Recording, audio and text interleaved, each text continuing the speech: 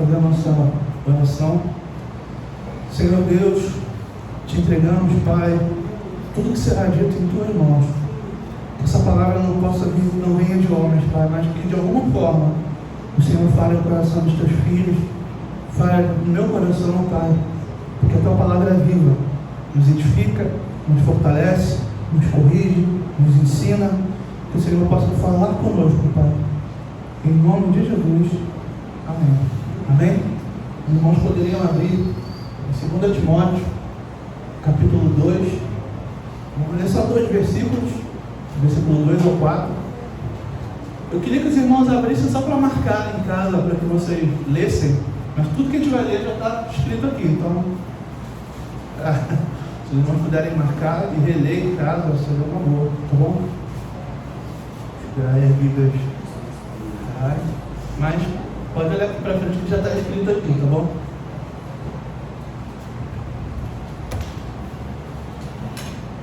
Vamos lá? Prega a palavra, insta, ou seja, fixa ela, quer seja oportuno, quer não, corrige, repreende, exorta com toda a longanimidade e doutrina, pois há tempo em que não resistirão à sã doutrina, cercar-se-ão de mestres segundo as suas próprias cobiças, como que perceberem nos ouvidos e se recusarem a dar ouvidos à verdade, entregando-se a fábulas. Esse texto é sempre atual. Eu vou fazer o resumo da pregação no início, ao invés de no final. Vamos mudar a ordem de tudo hoje. A Reforma Protestante, ela foi um evento, como a gente conhece, um evento histórico, que aconteceu lá atrás, arredondando aí 500 anos. Mas a necessidade de uma reforma, ela é constante. Desde o iniciozinho da igreja, os próprios apóstolos ainda vivos, já havia a necessidade de algumas reformas. A gente vai ver isso mais para frente. Eu coloquei alguns slides. Eu vou passar os slides rápido, porque a maioria é só um pedacinho da história da reforma, para a gente não ficar muito tempo nisso, e aí na aplicação a gente vai para a pregação, tudo bem? Então você pode passar aí, a gente vai voltar na palavra, tá bom? Passa o próximo slide aí, por favor. O que levou a igreja a assumir o poder nos séculos antes da reforma? Eu vou ler aqui. Nos séculos anteriores à reforma, a igreja adquiriu poder político, social, crescente, por conta da fragmentação dos reinos europeus e da falta de estabilidade. A igreja, como instituição bem organizada e presente em toda a Europa, oferece uma unidade, autoridade moral e uma influência centralizadora. A aliança com os reis imperadores, especialmente através do Sacro Império Romano, reforçava sua posição como força dominante. A crença de que a igreja era mediadora exclusiva entre Deus e os homens também lhe dava controle espiritual sobre a população. Vamos fazer um resumão bem grosseiro para a gente não ficar em cima disso? Lá atrás, alguns séculos antes da igreja tomar o poder, a Europa, o continente todo, já era bem dividido, só que era muito mais dividido do que a gente conheceu durante o reinado da igreja, vamos dizer assim. Vários reis dominavam pedaços de terras distintos, havia muitos conflitos, a população, como sempre, sofria bastante, e existia uma única maneira de unificar todo esse império numa única língua, vamos dizer assim, para que a população pudesse se organizar. E esse meio que foi encontrado foi a fé. Desde o trabalho dos apóstolos, do início do trabalho dos apóstolos, lá em Atos, quando o evangelho começou a crescer, Constantino, quem veio na EBD mais cedo, o pastor comentou sobre ele, Constantino viu nessa religião nova que surgiu, daquela história de sobre a cruz vencerá, dele ter uma visão. Na verdade, o que a maioria dos historiadores entram em consenso é que o que Constantino viu, na verdade, foi uma maneira dele juntar um império que estava esfacelado. Um monte de reinos diferentes, cada um com a sua cultura, um monte de revoltas acontecendo ao mesmo tempo, e ele viu na fé cristã, que já estava espalhada por toda a Europa, por uma boa parte da Ásia e até um pedacinho da África, um meio de controlar e dominar e unir a população. Então o que ele viu? Apesar de terem reis diferentes, de terem dominantes diferentes, você tem uma fé que ela é única, que está espalhada pelo império inteiro. Então qual foi a ideia genial de Constantino? Vou pegar essa fé, vou assumir ela e vou levantar essa bandeira. Então o povo que cultua, que tem essa fé, vai me seguir, porque eu estou abraçando ela. Alguns historiadores dizem que Constantino, na verdade, nunca se converteu, de fato.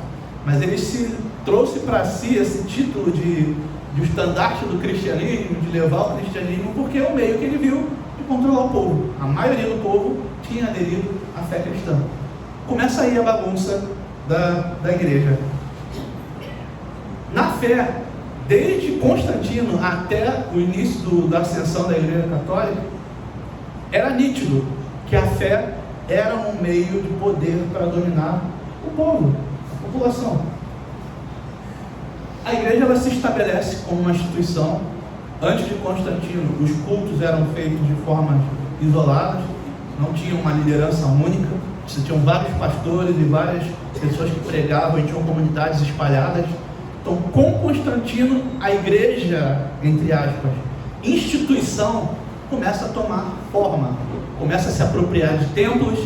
Para quem não sabe, dos primeiros templos cristãos nada mais eram do que templos pagãos que tinham sido desapropriados. Ou seja, Constantino falou: agora meu império é cristão, então se você cultua outra religião, sai fora. E aqueles templos que tinham sido construídos, a igreja passou a adotar. É daí que vem a origem da Igreja Católica Apostólica Romana, por conta do reino de Roma, que estava naquela época sendo liderado por Constantino.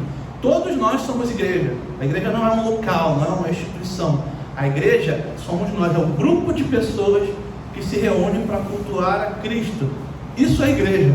Se você estiver na sua casa com seus familiares, com 5 pessoas, ali está a igreja. Se você estiver em praça pública pregando, ali é a igreja. A igreja não é o templo, não é a casa, não é a placa Nova Vida, Assembleia de Deus, Batista. A igreja é a congregação de pessoas. Mas a igreja instituição começou a se formar aí. Então foi-se levantado líderes que tinham participação do imperador na escolha desses líderes. A igreja foi se apropriando de templos pagãos para fazer ali os seus cultos, e é daí que vem a palavra. Todos nós somos igreja, todos nós somos católicos. O que quer dizer católico? Universal. Não é universal do reino de Deus não, tá? Universal quer dizer que onde tiver gente, a igreja vai estar ali. Então se algum dia a gente for colonizar Marte, vai ter cristão pregando lá. Então a igreja é universal nesse sentido. Nós temos esse sentido universal de abraçar todos os povos, todas as raças, todas as etnias. Então todos nós somos igreja católica. Todos nós somos apostólicos, porque a nossa doutrina vem dos apóstolos. Então nós somos, você é, irmão, católico e apostólico. O que nós não somos são romanos. É de Roma que começa a bagunça na igreja, que nessa época só existia a católica, vamos dizer assim. Começa a bagunça na igreja aí. A igreja ela exerceu uma influência a partir dessa institucionalização muito grande. Essa influência ela foi crescendo cada vez mais à medida que a população ia se cristianizando, vamos dizer assim. Passa o próximo slide, por favor. Eu estou passando bem rápido, tá? Até onde ia o nível de poder da igreja? A igreja na época chegou a ter um poder tão grande que os reis, que seriam hoje nossos presidentes, né, e tudo mais, eles tinham que abaixar a cabeça para os papas, para os líderes religiosos, porque para a população a palavra do líder religioso era superior infinitamente à do seu líder político. Então se o rei dissesse A e o papa dissesse B, ia ser B. Até para autorização de casamentos, isso era muito comum nas famílias reais, né? Você tinha aquele casamento entre nobres. Então o nobre não podia casar com plebeu, era só nobre com nobre. Então até para dar a bênção, e alguns tratados de paz eram feitos assim: ó, meu reino está em guerra contigo, com o teu reino, então eu vou casar o meu filho com a sua filha e estabelece a paz aí. Até para esse tipo de relacionamento tinha que ter a bênção da igreja, porque senão não poderia. Então o poder da igreja cresceu de uma maneira espantosa. E aí entra um dos grandes paradoxos que a gente vê até nos dias de hoje, e sinceramente é uma das maiores acusações que as pessoas que não são cristãs têm contra nós. No período em que a igreja dominou o mundo, praticamente, se exerceu a liderança até acima da liderança política, deveria ser a melhor época da história da humanidade, não é? A Idade Média é conhecida como Idade das Trevas. Houveram barbaridades. A gente vai falar de algumas rapidinho aqui, não é esse o tema, mas infelizmente a gente vai falar um pouquinho mais para frente, por conta da corrupção do coração humano, por conta da maldade humana, da pecaminosidade humana, até algo que foi levantado para ser santo se desviou. A gente vai chegar lá. Alguns dos erros, tem vários, a gente vai ficar aqui a manhã inteira falando de erro, mas eu separei alguns aqui. Alguns erros doutrinários e controvérsias da igreja quando ela estava no poder. Durante séculos de poder, a igreja cometeu uma série de erros doutrinários e práticas controversas. A venda de indulgências, o pastor falou aqui mais cedo. O que é indulgência? É comprar a passagem da pessoa para ir para o céu. Então funcionava assim: você está em pecado? Dá um dinheirinho para a igreja que teus pecados vão ser perdoados. E aí tinham vários níveis, né? Você quer o perdão do pecado só do ano passado? Então é R$10. Você quer o perdão do pecado dos últimos 10 anos? É R$50. Você quer o perdão total? Então é 1.000. Isso aí é a venda de indulgência. Então a igreja vendeu o perdão do pecado. E mais para frente começou a vender terreno no céu. Então se você queria ter um apartamento de luxo lá na sua vida pós-morte, você dava dinheiro na igreja e comprava isso. Isso era a venda de indulgências. E é com esse dinheiro que foi construída a Catedral de São Pedro. Sabe aquela basílica onde o Papa faz pronunciamento lá em Roma? Aquilo ali é a Basílica de São Pedro. Aquilo ali foi construído com dinheiro de indulgência. Foi colocado ouro dentro das igrejas, pelo mundo afora, não só lá. Vinha disso, tá bom? Então, eu peguei aquele mais grotesco, tá? Tem muito erro, mas vamos lá. A venda da indulgência, que prometia remissão de pecado mediante pagamento, desviando-se da doutrina da bíblica da graça. O que é graça? Favor imerecido. Se eu tenho perdão de Deus, se eu recebo alguma coisa de Deus, é porque Deus é bom. É por graça, não é porque eu mereço alguma coisa. Nada que você possa fazer ou dar na igreja vai ser suficiente para mover Deus a fazer qualquer coisa. Deus, Ele nos ama por graça, favor imerecido, tá bom? A corrupção entre o clero, porque conforme a igreja obtinha poder, você já imagina que tinha briga para ver quem manda mais, quem comanda tal coisa e tudo mais. Então existia uma disputa grande entre o clero de liderança. Os cleros são os padres, bispos, arcebispos. Tinha essa luta, essa briga por poder muito grande. Incluindo nepotismo e simonia. O que é isso? A venda de cargos eclesiásticos. Então, se você tem um nome, lembra que eu falei que os títulos de nobreza, o barão, o rei, o conde, a imperatriz, a duquesa, lembra que esses títulos políticos e nobres estavam abaixo do religioso? Então, quando um duque, quando uma princesa queria um duque, um conde e tudo mais, queria um título a mais, queria mais poder, ele comprava. Então, assim, imagina nos dias de hoje, fala assim: eu quero ser pastor, então dá uma oferta de tanto para a igreja que você vai ser ordenado. Era mais ou menos assim. Você comprava os títulos eclesiásticos. Então, do nada, alguém sem preparação alguma recebia o título de bispo, ou de arcebispo, ou de padre, um nome, desde que pagasse. Então, é isso aí. E era a forma de controlar, era a forma de controlar a espiritualidade dos fiéis. Acho que eu pulei uma linha aqui, Venda de indulgência é o erro comum. Entre outros erros doutrinários, foi a insistência no purgatório como forma de controlar a espiritualidade dos fiéis. O que é o purgatório, segundo os católicos? É um lugar que você vai, se você tiver pecado, que você... A Igreja Católica separa, né, entre o pecado venial e o pecado capital, não é isso? Então, se você não comete um pecado capital, né, você não vai para o inferno, você vai para o purgatório. Aí fica um tempo lá no purgatório sofrendo, e dali você vai para o céu. Então, como é que funcionava essa questão? Eu fui pesquisar de onde que vinha esse negócio de purgatório, de onde que inventaram isso. Na Bíblia não tem, tá? está fora da Bíblia. E eu vi que isso remete a uma tradição judaica. Alguns judeus, não são todos, têm uma interpretação bem antiga de que não existe inferno e de que todas as almas vão para esse lugar, sofrem lá, passam um tempo sofrendo e depois dali vão para o céu. Para essa vertente judaica, não faz sentido o sofrimento eterno, vamos dizer assim. As almas sofrem sim, pagam a sua penitência, mas de algum momento que ninguém sabe escrever, ela vai para o céu. Então parece, não vi algo conclusivo, mas parece que os católicos puxaram daí a ideia do purgatório. Só que o purgatório, além disso, era uma maneira de controlar as pessoas. Porque quando você dava a sua ofertinha, você poderia ficar, o seu parente, seu ente querido, poderia ficar no sofrimento do purgatório por menos tempo. Ou nem passar por lá. Era só dar a oferta quando o cara morreu, quando o parente morreu, que ele já ia direto para o céu com direito a um terreninho lá reservado, apartamento de luxo e tudo mais. Então era uma maneira que era exercido para que tivesse controle sobre os fiéis, sobre a fé das pessoas, de colocar medo, de que a igreja era da igreja o poder de livrar alguém ou não do sofrimento pós-morte, vamos dizer assim. O monopólio da interpretação bíblica e a proibição da sua tradução e ao vernáculo também contribuindo para afastar a igreja na simplicidade da mensagem cristã. Então o que quer dizer isso?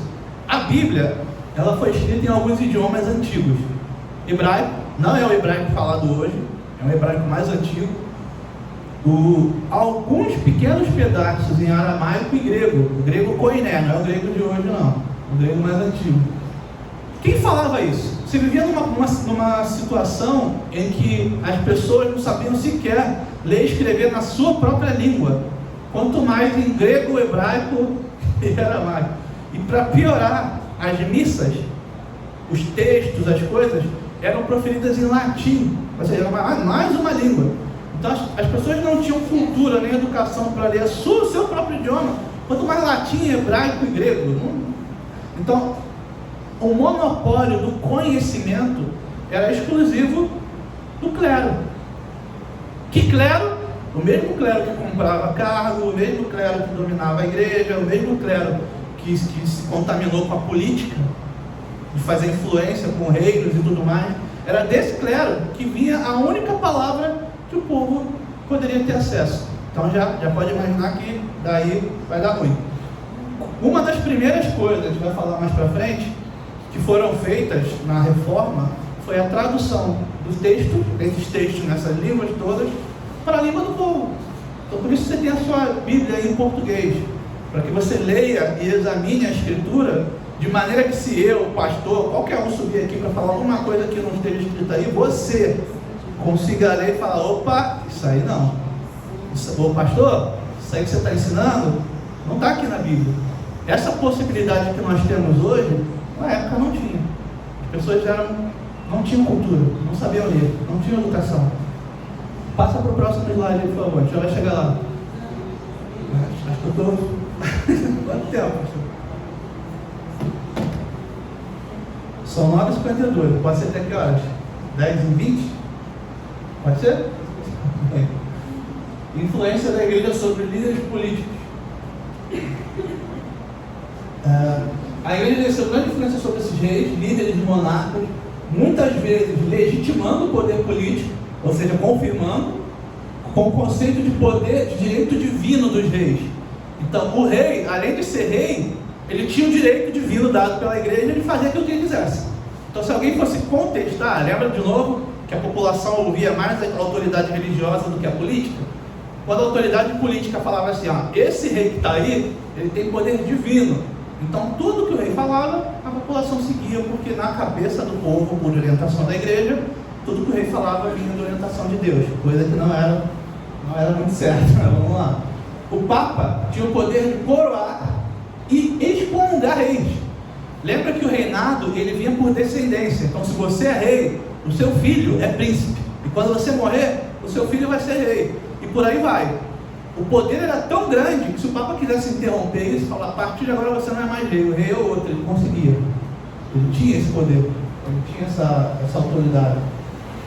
Então, ele podia excomungar, excluir da igreja, tirando assim o poder do dominante, ou de manter, de afirmar ele como líder. O Papa tinha o poder de coroar os comungareis, o que conferia à igreja grande poder de persuasão e controle. Muitos reis dependiam da bênção papal para reforçar a sua autoridade, porque se o Papa não desse autoridade para o rei, mesmo com título, ele não conseguiria reinar. A concessão de territórios, era a igreja que dava os territórios para aquele domínio, e a intervenção em assuntos internos dos reis, garantindo alianças e mantinham o poder e a riqueza da igreja, porque, claro, a igreja não fazia isso de graça, o rei tinha que dar alguma coisa em troca.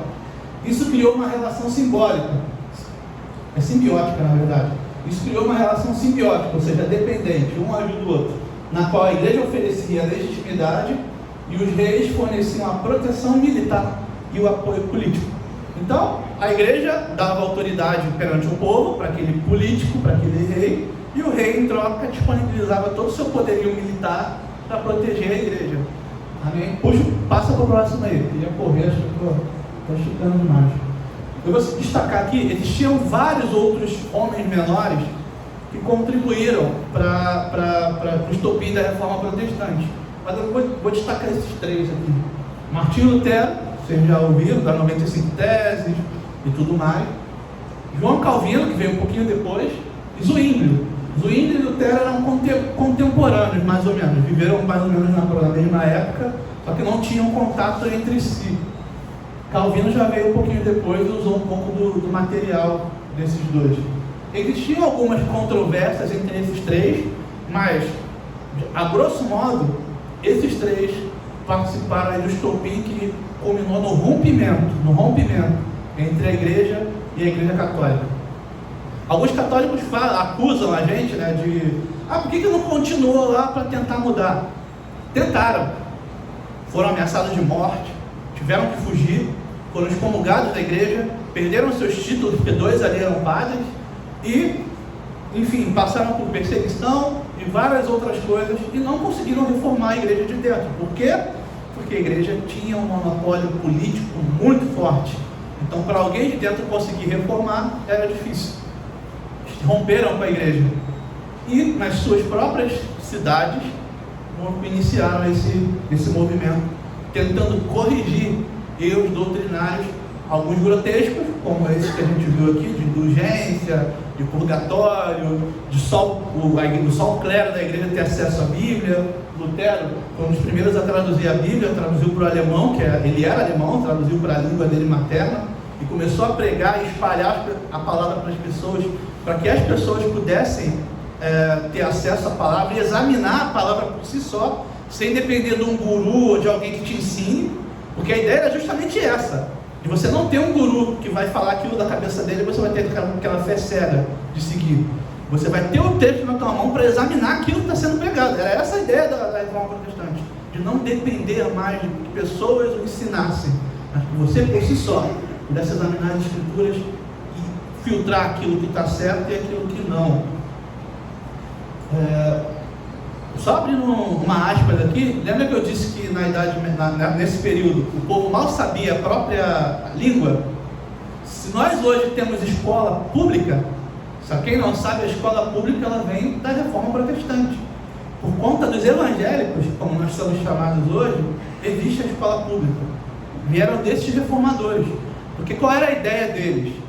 De que as pessoas pudessem ler e examinar por si só a palavra. Só que as pessoas não sabiam nem ler e escrever.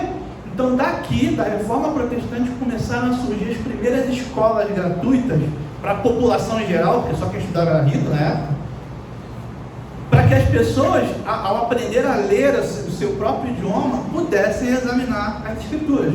A origem da escola pública vem da reforma protestante. Então toda vez que alguém criticar a igreja para você, você fala assim: você tem escola pública hoje por causa da gente, meu filho. A mesma coisa com o hospital público. Mas deixa essa parte do hospital para lá. Vamos pular. Próximo slide, por favor. Dificuldades encontradas pelos reformadores.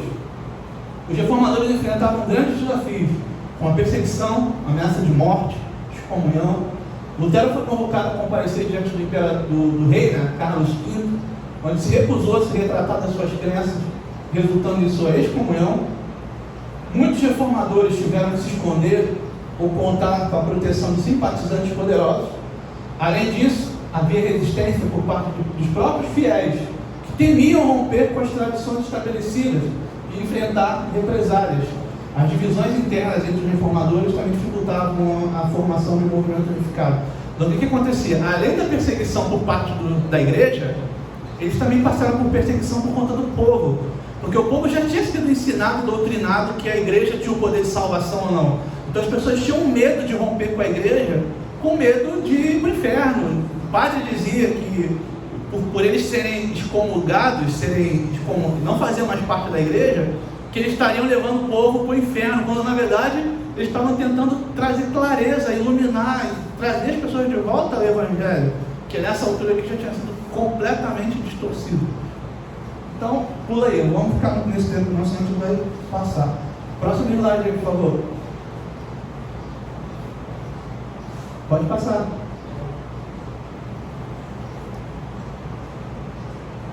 O impacto da reforma protestante, alguns impactos na igreja e na sociedade. A reforma protestante teve um impacto profundo, tanto na igreja quanto na sociedade. A queda da unidade da igreja ocidental levou à formação de várias denominações protestantes. Então você já vê aí o protestantismo minando um pouco o poder da igreja católica naquele lugar. Espiritualmente promoveu um retorno à centralidade da Bíblia e à relação pessoal com Deus sem a intermediação clerical, ou seja, ensinou as pessoas que elas poderiam por si só ter essa relação diretamente com Deus. Cristo é o mediador entre Deus e os homens, não o padre, não o papa, não o guru que está ensinando. Então, você dentro da sua casa, dobrando os seus joelhos, você tem acesso direto a Deus. Você não precisa de uma intermediação além da de Cristo. Sumiu aqui, pode voltar, por favor? Então, politicamente desencadeou guerras religiosas e contribuiu para o surgimento do conceito de separação entre igreja e Estado. Igreja é uma coisa, política é outra. Então botar político no altar da igreja é mais ou menos voltar ao que deu lá atrás. Nós já tivemos uma igreja política dominando o mundo e deu o que deu. Para quem não conheceu a história da Idade Média, os próprios padres torturavam pessoas, matavam pessoas que iam contra o seu clero, que iam contra a sua doutrina. A própria igreja excomunhava pessoas, tinha corrupção, arrecadação de dinheiro, enriquecimento com dinheiro de fiéis. Estou falando alguma coisa parecida com o que a gente vê hoje? Não, né? Nem um pouquinho parecido, né? Tá bom, vamos lá. A gente vai chegar nisso lá na frente. Então, houve uma mudança muito grande com essa separação. Era uma das principais motivos, uma das principais consequências. Separação entre igreja e Estado. Estado é uma coisa, igreja é outra. Igreja é espiritual, Estado é a parte da política. Tá bom? Passa para o próximo aí, por favor. Aplicação. Agora deixa eu começar a mensagem. Desculpa aí essa introdução longa, mas vamos lá. 2 Timóteo 4:2. Se os irmãos puderem abrir aí de novo. Está lá no primeiro slide, mas já deve estar aberto aí, né? 4:2 ou 4. Vamos ler mais uma vez. Aí, obrigado. Prega a palavra, insta, quer seja oportuno, quer não. Ou seja, fale aos quatro ventos, independente da oportunidade. Corrige, repreende, exorta com toda a longanimidade e doutrina. Isso é uma característica de protestante, por isso nós temos o nome de protestante. Somos chamados assim, aquele que protesta, aquele que não concorda, aquele que briga, que corrige. Isso vem da Bíblia. Corrige, repreende, chama a atenção mesmo. Ah, mas não vai gostar do que eu falei. Se está errado, fale, chame a atenção, corrija, exorta, puxa a orelha mesmo, para que a pessoa retorne à palavra de forma longânima, ou seja, com longanimidade, ou seja, com bastante tempo, com paciência, sendo longânimos.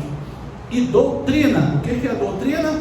Isso aqui, Eu não vou repetir a parte dos solas, que o pastor já pregou aqui na EBD, os 5 solas, mas dentre eles tem o sola escritura. O que é o sola escritura? Apenas a escritura. Se não está na Bíblia, não importa se é a revelação do pastor, não importa se é um líder que tem PhD em teologia, se não está aqui, não deve ser doutrina para a igreja. A doutrina da igreja vem daqui, da Bíblia, da Escritura. Então, só a Escritura. Então, repreende, exorta, puxa a orelha mesmo, tendo como base a doutrina, a Escritura. Só a Escritura. Pois há tempo haverá.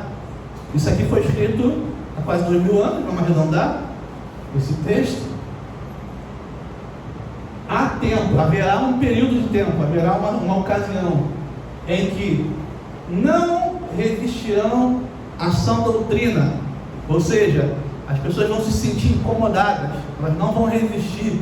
Falar a verdade, falar aquilo que está escrito, falar o verdadeiro evangelho, vai incomodar, as pessoas não vão resistir. Isso aqui foi escrito há quase 2000 anos, vamos arredondar. Alguma semelhança com os dias de hoje? Não, né? Vamos continuar. E para validar a sua própria doutrina, o que essas pessoas vão fazer? Cercar-se-ão de mestres segundo as suas próprias cobiças. Então vai subir aquele PhD em teologia, que tem cursos de semideus e sabe lá Deus mais o que? Tem um monte de curso, e vai subir aqui e falar exatamente aquilo que agrada o coração daqueles que estão ouvindo. Nesse mundo que a gente vive hoje, que é cada um mais egoísta, mais avarento, mais sexualizado do que o outro. Se o cara é charlatão, se o cara quer usar o púlpito para ter poder, para ter dinheiro, para ter qualquer outra coisa, ele vai subir aqui e começar a massagear o teu ego, começar a dizer aquilo que você quer ouvir, que você pode, que você consegue, que você determina, que Deus é um gênio da lâmpada que você esfrega e te dá 3 desejos. A igreja é cada vez mais lotada, cada vez mais dinheiro e poder sendo centralizado naquele líder. Cercar-se-ão de mestres segundo a sua própria cobiça, segundo aquilo que você quer. Como que perceberem nos ouvidos e não recusarem a dar ouvidos à verdade. Ou seja, vai dar um comichãozinho. Quando você falar a verdade, a pessoa vai se negar a ouvir a verdade, porque é mais cômodo, é mais fácil ter o seu coração massageado. Entregando-se a fábulas. O que é fábulas? Doutrinas, historinha da carochinha, coisa que não tem base nenhuma. Passa o próximo slide, por favor.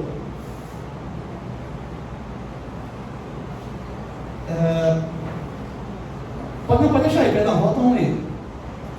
Tem esses 2 homens, que são 2 escritores e filósofos, né? Vocês já devem ter ouvido falar deles, que é Thomas Hobbes e Jacques Rousseau.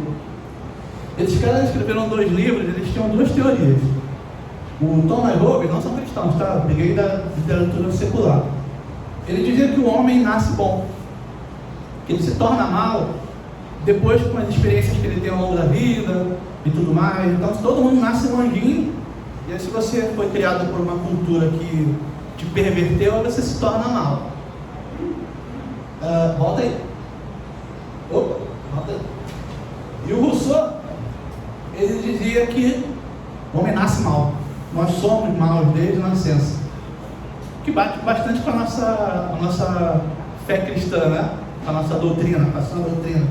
Nós somos maus, nós somos pecadores desde o primeiro dia em que nós damos o primeiro choro lá, quando saímos da barriga da nossa mãe. E por que eu trouxe essas 2 vertentes? Para dizer para vocês que, de novo, no período em que a igreja dominou, que ela tinha o poder de mudar o mundo, de acabar com toda... Imagina, um governo mundial cristão, deveria ser um governo de paz, acabou fome, acabou guerra, acabou tudo. E você tinha aquela barbaridade de tortura, de morte, de corrupção, de perseguição, porque o homem, ele é mau.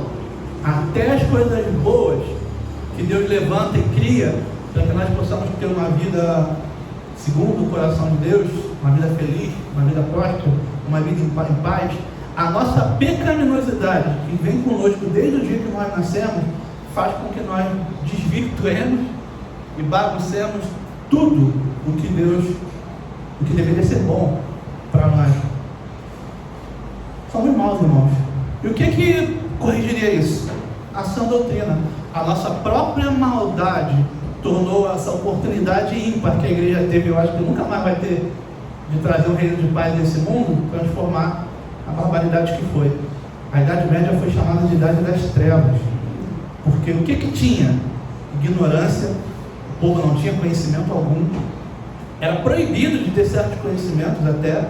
Qualquer um cientista que se levantasse para falar qualquer coisa que beneficiasse a população era morto, acusado de tudo que é tipo de coisa, porque se esse cara começasse a divulgar as ideias deles e trouxesse benefício para a população, seria perda de poder por parte da igreja. Então vão matar ele, qualquer ideia nova que ele tiver. Nós conhecemos esse período que deveria ser a idade da luz como a idade das trevas. Um dos piores períodos da humanidade, infelizmente, foi o período em que a igreja foi o Estado, vamos dizer assim. Por quê? Fomos maus.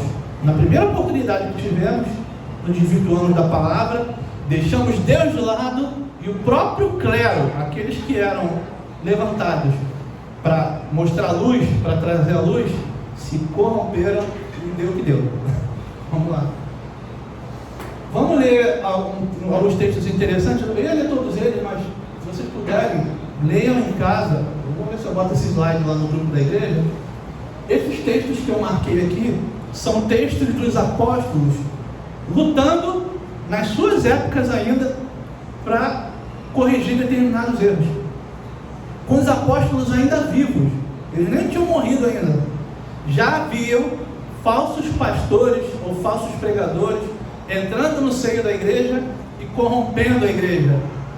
Paulo fala nesse texto de Gálatas, fala: como assim? Vocês já estão se deixando se levar? Eu acabei de sair daí, eu acabei de pregar e fundar a igreja, de estar com vocês, eu me ausentei só um pouquinho, vocês já estão se desviando, já foi gente de fora ensinar coisa que não tem nada a ver com Cristo, e vocês já estão dando ouvidos. Na época em que os apóstolos estavam vivos, já havia necessidade de constante reforma, de constante retorno à palavra, porque com os apóstolos vivos já entravam na igreja pessoas tentando distorcer a palavra. Depois que eles morreram, que o legado da igreja passou a ser tocado pelos pastores, pelos líderes que se espalharam pelo mundo, essa necessidade ela continuou e ela continua até hoje. Ainda hoje nós temos a necessidade de se manter vigilante para pregar a sã doutrina e para continuar a reforma protestante. A reforma ela vai existir até o último dia da nossa vida, até o último dia em que a igreja estiver aqui, porque vai sempre ter doutrinas tentando entrar no seio da igreja. Algumas já entraram. Eu trouxe exemplo de algumas. Vocês têm paciência? Por favor, não vomitem, não botem o dedo na goela, mas vamos ouvir algumas coisinhas aqui. São só 4 minutos. Eu peguei 3 vídeos com 4 minutinhos de algumas coisinhas aqui que eu peguei na internet. Eu quero que os irmãos façam a sua análise, tá? Vamos utilizar agora os conhecimentos bíblicos de escola bíblica dominical, né, da EBD, do CETEB, do CIAB. Passa no próximo slide aí, vamos ouvir 4 minutinhos de pregação aqui. Já brincaram de onde está o óleo? Vamos ver onde está o erro. Vai lá, prega, solta aí, irmão. Dá o play, só clicar dentro e dá o play. 2.000, 5.000. Volta lá, irmão.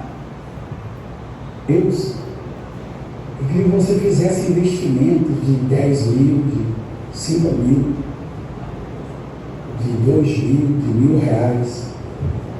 Queria convidar agora, convocar os empresários, comerciantes, fazendeiros, para investir 10.000, 5.000, 2.000, isso diretamente na conta da Igreja Mundial do Poder de Deus, não é conta do apóstolo, do bispo, da bispa, não. Você vai ver lá a razão social. Não é conta, não vai aparecer o nome de Valdir Emílio, não.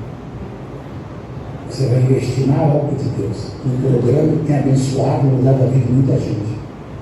E os demais que vêm investir a oferta do carnezinho, que é R$70 mês, que é simbólico, é 7% do salário mínimo. Mas tem gente que pode investir isso. Tá? Ah, mas eu estou investindo meu dízimo. Não, você não está investindo o seu dízimo, você está devolvendo o dízimo. Porque parece que se eu dou alguém que já é dela, eu estou investindo na vida dela. Não. O dízimo é de Deus, o dízimo é da obra.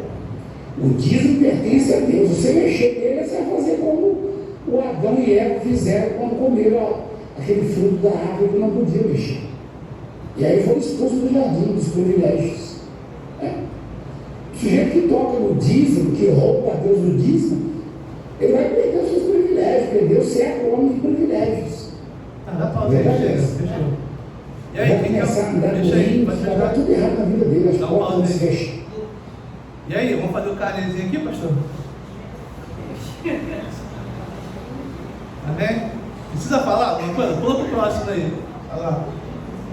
A Bíblia é como dizem, né? Não, dá uma pausa aí. Não há nada novo debaixo do sol, não é isso? Qual a diferença disso aí para a indulgência? Alguém consegue ver? Só mudou a roupagem, é a mesma coisa. Lembra que antes vendia um terreninho no céu, vendia a saída do purgatório, vendia a bênção de Deus? É a mesma coisa, isso aqui tem 500 anos. Pula para o próximo, vamos ver outro aí. Solta aí.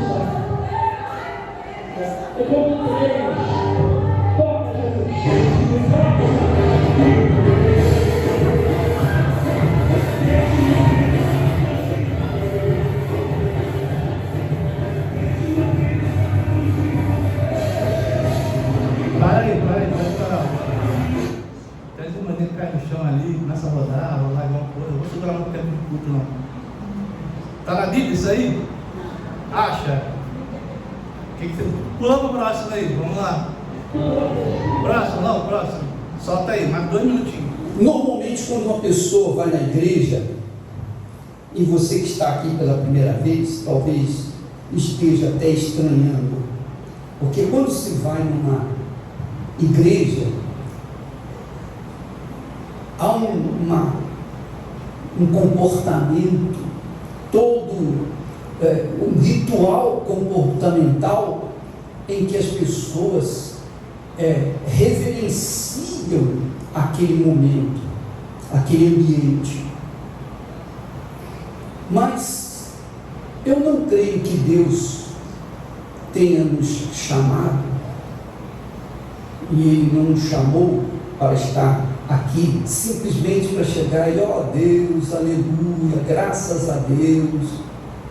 Eu não creio nisso. Eu creio que Deus não nos chamou para sermos para somarmos ao que já tem por aí. Eu não creio. Eu creio que Deus nos chamou para libertar o cativo, para fazer notória as suas obras no meio dos sofridos. Eu creio que Deus nos chamou para que nós, e nos deu o Espírito Santo, para que nós fôssemos revoltados contra toda forma de injustiça. Jesus disse: bem-aventurados que têm sede e fome de justiça. Então essa fé é o que faz a diferença diante de Deus. Essa fé agressiva, que não tem nenhuma compostura, que não tem nenhuma ética, essa fé bruta é que faz da pessoa vitoriosa. Pronto, para aí, tá bom, vai fazer Tá bom, show. Pode tirar essa imagem aí, que vai passar alguém na rua e ver a imagem aqui. Acho que a gente está. Tira esse negócio aí. Bota lá na primeira imagem. Onde está o óleo? Quais são os erros? Fala aí. Indulgência. Primeiro lá, carnezinho, para Deus te abençoar, né? Gênio da lâmpada. dá o dinheiro na igreja, você vai comprar a tua bênção. É uma indulgência. O segundo lá, a questão de... Hoje em dia, hoje não, né? Isso é comum. Durante o passar dos anos, acontece uma coisa com as culturas chamada sincretismo. O que é sincretismo? É a mistura de culturas. Você vê muito isso no candomblé, né? Eu falei isso até aqui um tempo atrás. Você olha para a imagem de São Jorge, a pessoa que é espírita vai falar, não, isso aí é o mundo. O católico vai dizer, não, é São Jorge. Isso é o sincretismo, né? A mistura de culturas. Uma religião absorve elementos de outra. O que a gente viu no segundo vídeo ali é sincretismo puro. A Bíblia fala que o Espírito Santo é domínio próprio. Não é você ficar rodando, o pastor passar o terno do manto, você cair fazendo show. Você vê isso em tempo espírita, não na igreja. E o terceiro aqui foi mais sutil. Ele é bem mais agressivo, mas eu peguei uma palavra sutil para que vocês vissem a sutileza. Você não vem mais para a igreja para cultuar, não. Você vem cultuar, você vai ser mais um que cultua. Você tem que vir para ser revoltado. Revoltado com o quê? Para determinar as coisas, para que aconteça. Deus é o seu servo, não é você que é servo de Deus, não. Fica revoltado, ora e dá dinheiro na igreja que Deus vai te dar alguma coisa. É basicamente essa. Tem alguma diferença do que tinha na Idade Média? O cerne da mensagem hoje é: leiam e estudem as Escrituras. A necessidade de reforma ela é constante. Sempre vai haver pessoas entrando no seio da igreja trazendo coisas novas. Às vezes de maneira gritante, igual a gente viu no começo, e às vezes de maneira sutil. E como que você vai saber se está distorcendo ou não daquilo que está escrito aqui, que é a sua doutrina? Se você ler e estudar. Hoje nós temos uma coisa que na época eles não tinham, que era acesso à Escritura. Então até entendo que a igreja da Idade Média tenha sido tão corrompida, porque só os cleros, só aqueles que tinham poder econômico conseguiam estudar. Hoje qualquer um acessa, baixa de graça a Bíblia. Se você não tiver 10 reais, tem Bíblia de 10 reais, tá? Mas se você não tiver 10 reais para comprar, você consegue... Oi? Pode?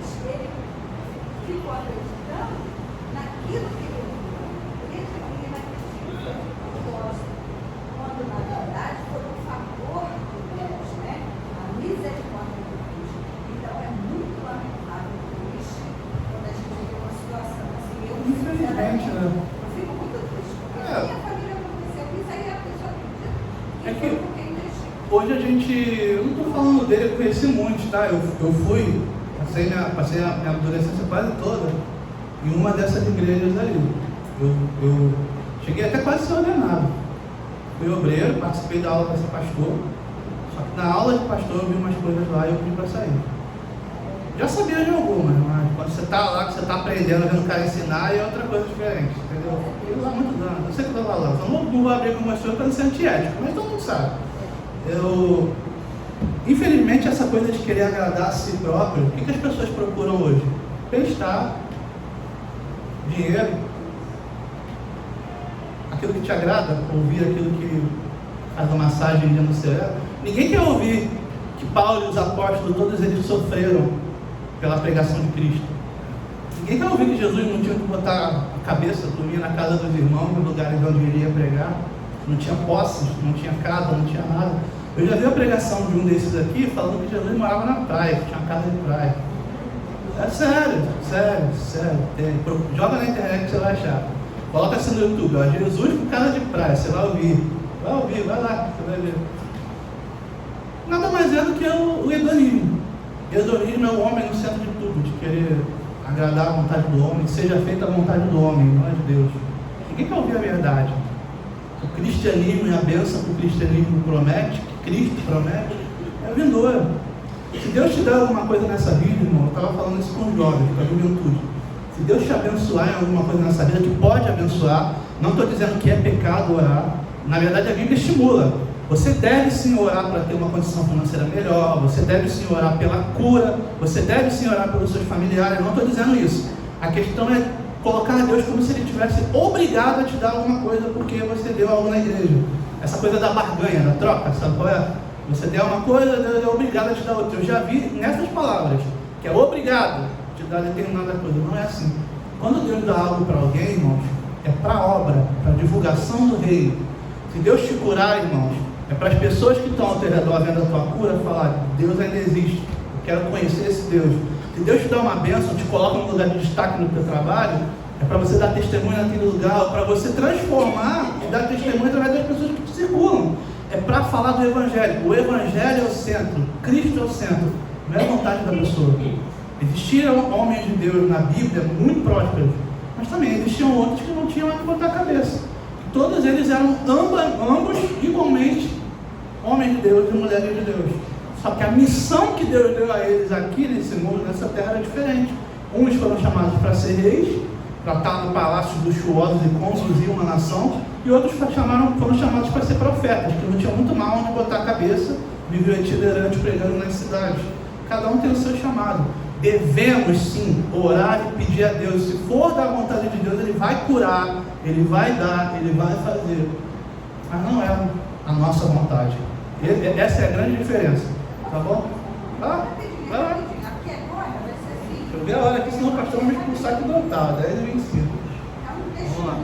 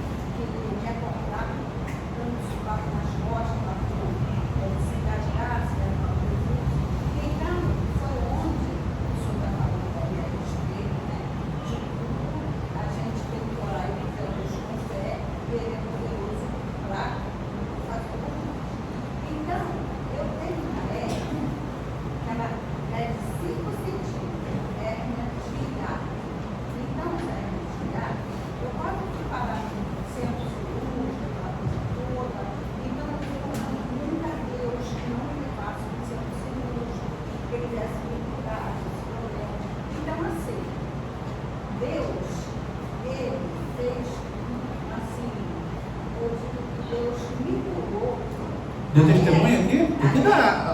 A puro objetivo é esse. Tem que dar testemunho. Vem cá, fala aqui, vem cá.